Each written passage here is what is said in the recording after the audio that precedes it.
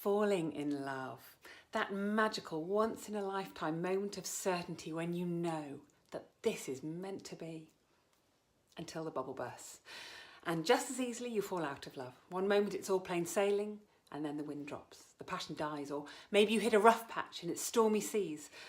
You feel yourself being tossed overboard, and as you're drowning, you're asking, what happened to my happily ever after? Hollywood and Bollywood tell us that love is fated. It's written in the stars. We're either lucky or unlucky in love. Maybe you, like me, and 42% of the UK population have been unlucky in love, and the fairy tale has ended in divorce. What do? Well, I was 27 and I stopped trusting my heart. Instead, I turned to science in hope to avoid any more pain. I wrote a master's thesis on overcoming communication barriers. And I also delved into decades of research from mostly across the Atlantic. It seems that studying love just isn't British. And as I'm studying the science of love, I literally start to draw my conclusion that real love isn't fated, it's created. How? By avoiding 4 habits that destroy love, nurturing 3 skills that make relationships work, being aware of the 2 mindsets that either strengthen or weaken love, and doing the one thing above all others that makes love thrive. When I first shared my conclusions with my husband, we've been together now for 9 years, he said, it's relationship by numbers. Sounds simple, but that's what's made this marriage last. So I began to teach it and see more lives changed. What about falling in love? Why don't those feelings last? Well, it's an interesting expression. Stumble, trip like any time we fall. It's an accident of chemistry. It's got more to do with the density of our oxytocin and vasopressin receptors in our brains than it has to do with fate. But why should we care? Practically every other couple splits up.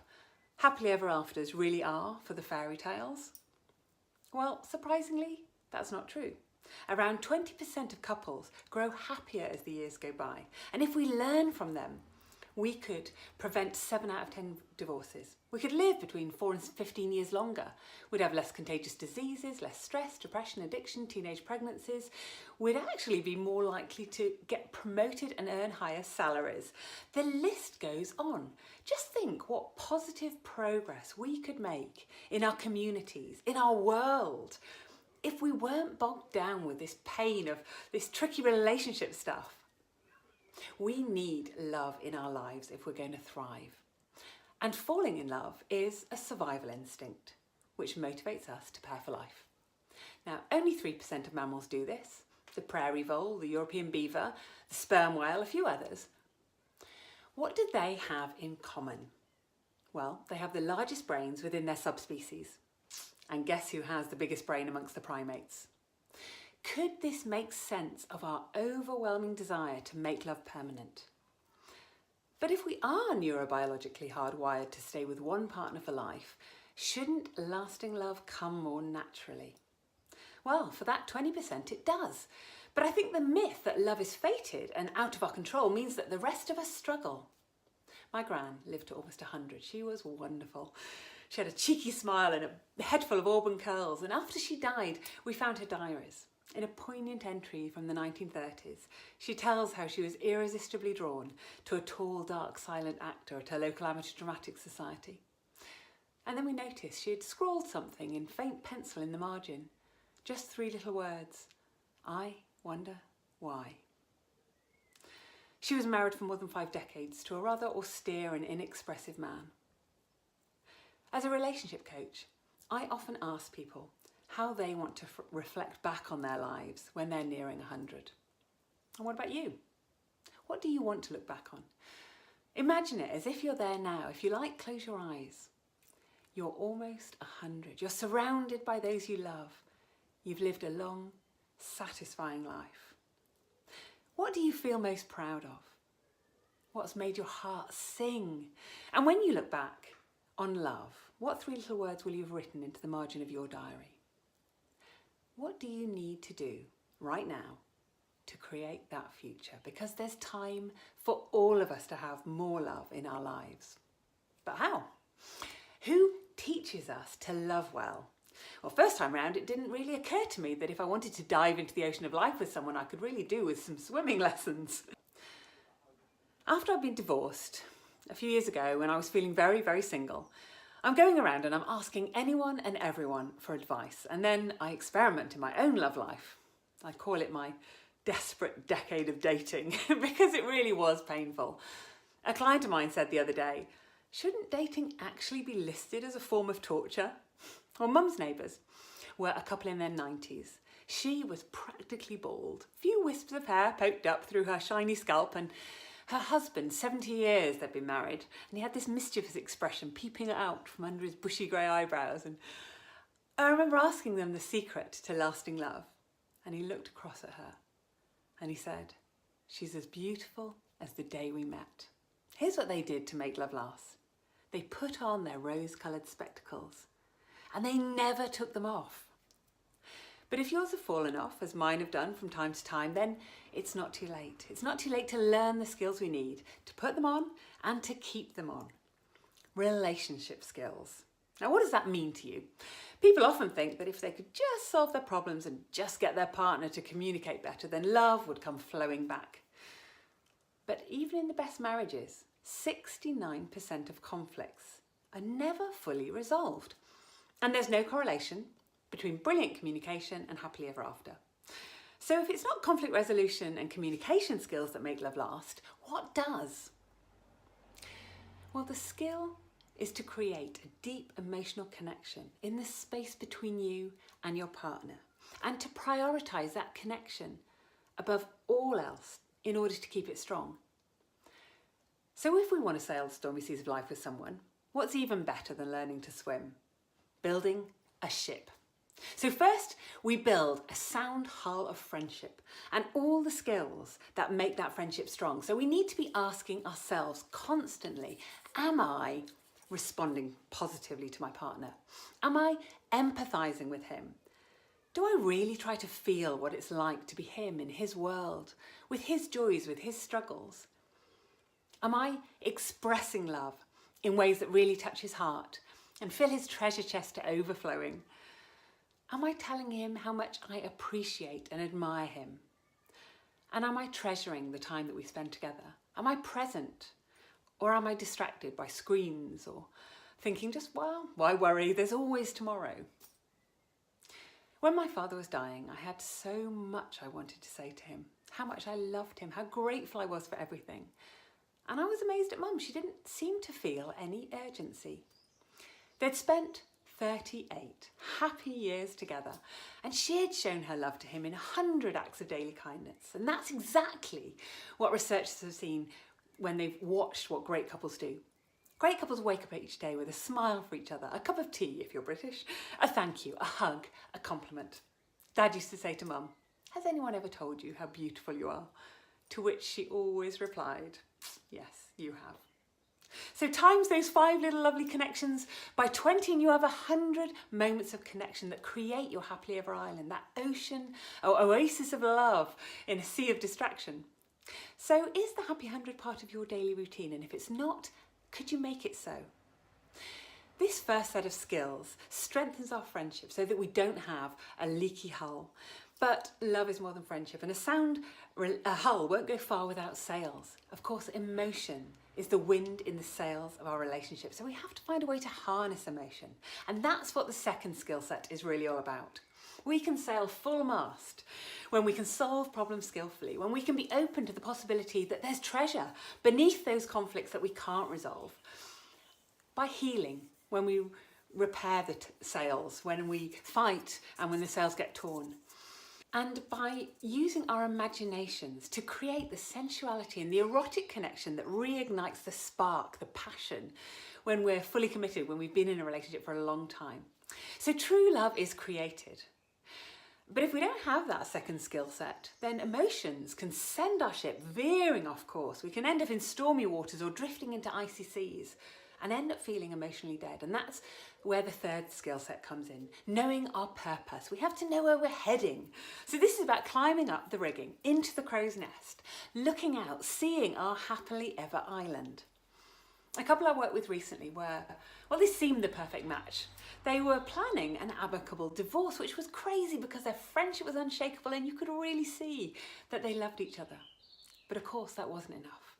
Work and family routine had stolen their passion, and 20 years of marriage teetered on the brink. When they came to me, the children had already chosen bedrooms in Mummy's new house. But then they rediscovered their vision to bring adventure into their lives, into their family life. And within a month, she'd moved back in, and after 2, the wedding rings were back on. And they were laughing together on my sofa, talking about how passionate and committed they felt to their marriage, more than ever before. So we need to be going somewhere for our relationships to really thrive.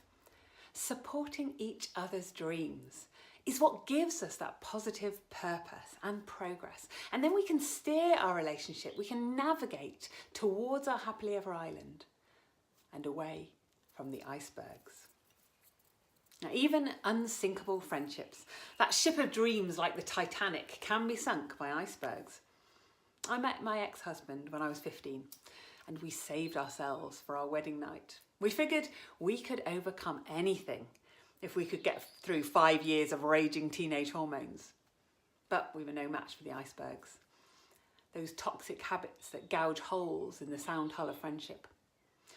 John Gottman, the world's leading relationship scientist, studying hundredth of a second interaction between couples, has discovered that there are just 4 things that destroy love.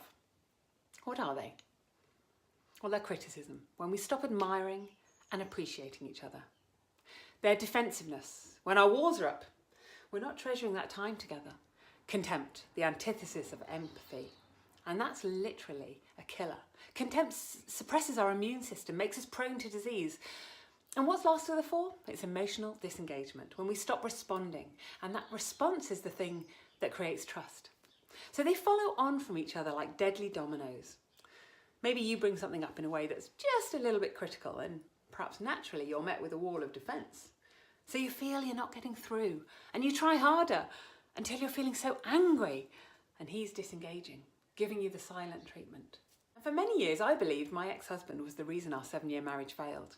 Time after time, as the next relationship ended, it always seemed to be his fault again, whoever the new he was. And year after year, I was the single girl at the party. Until a well-meaning friend joked, "Well, Kath, there's only one common denominator in all your failed relationships." And it was true. But why? I worked so hard at relationships. Then one day I was meditating. I was cross-legged, breathing out compassion, and it suddenly dawned on me that compassion had been lacking in all my relationships. I remember an ex who joked, "Well, with you, Kath, it's perfect or F off." I wanted the perfect guy. I kind of saw it as my labour of love to try and fix him. I practically perfected the art of contempt. Icebergs sink relationships. So we have just 4 toxic habits to avoid and 3 things to make love strong: a sound friendship, harnessing emotion, and having a shared purpose. Can love really be that simple? Well, simple's not always easy. There's a paradox, 2 mindsets, one that strengthens love and one that weakens it. From Charles Darwin to Sue Johnson, scientists have recognised our survival needs. If we are to live long and populate and prosper, we do need each other. We need to be there for each other. Imagine you're in the water alone, the sharks are circling, and there's no one there for you. What are your chances of survival? So we need each other, and we need to meet each other's needs. But on the other hand, if we demand our needs are met, that's a passion killer.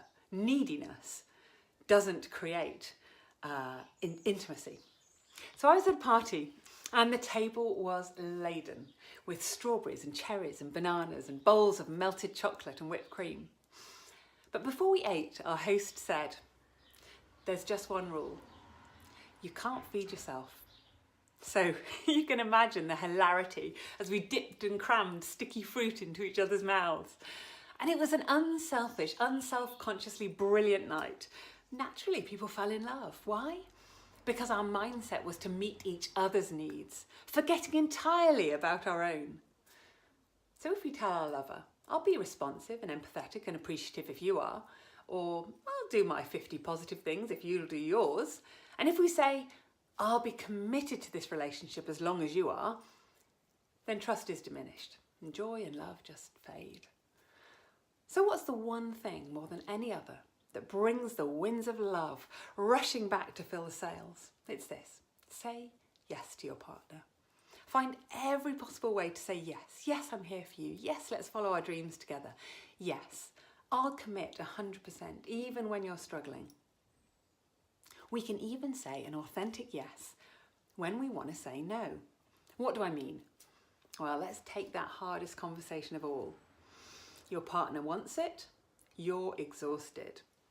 But instead of, I'm too tired, or not tonight, darling, you say, yes, yes, yes, I can't wait to make love to you tomorrow when I've got the energy to make your body and soul sing.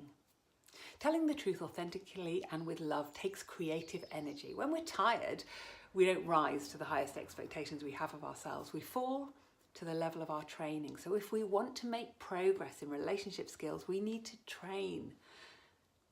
When we believe that love is fated, we become passive.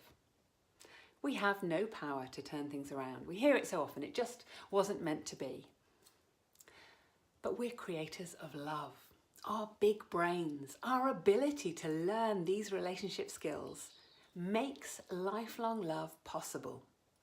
And when we really believe that, we have the power to change the course of our lives, to build relationships that are seaworthy, and to read the stories of our lives to our children and our grandchildren, and for them to see scrawled into the margins 3 little words: we created love.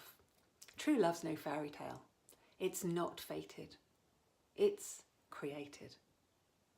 Thank you.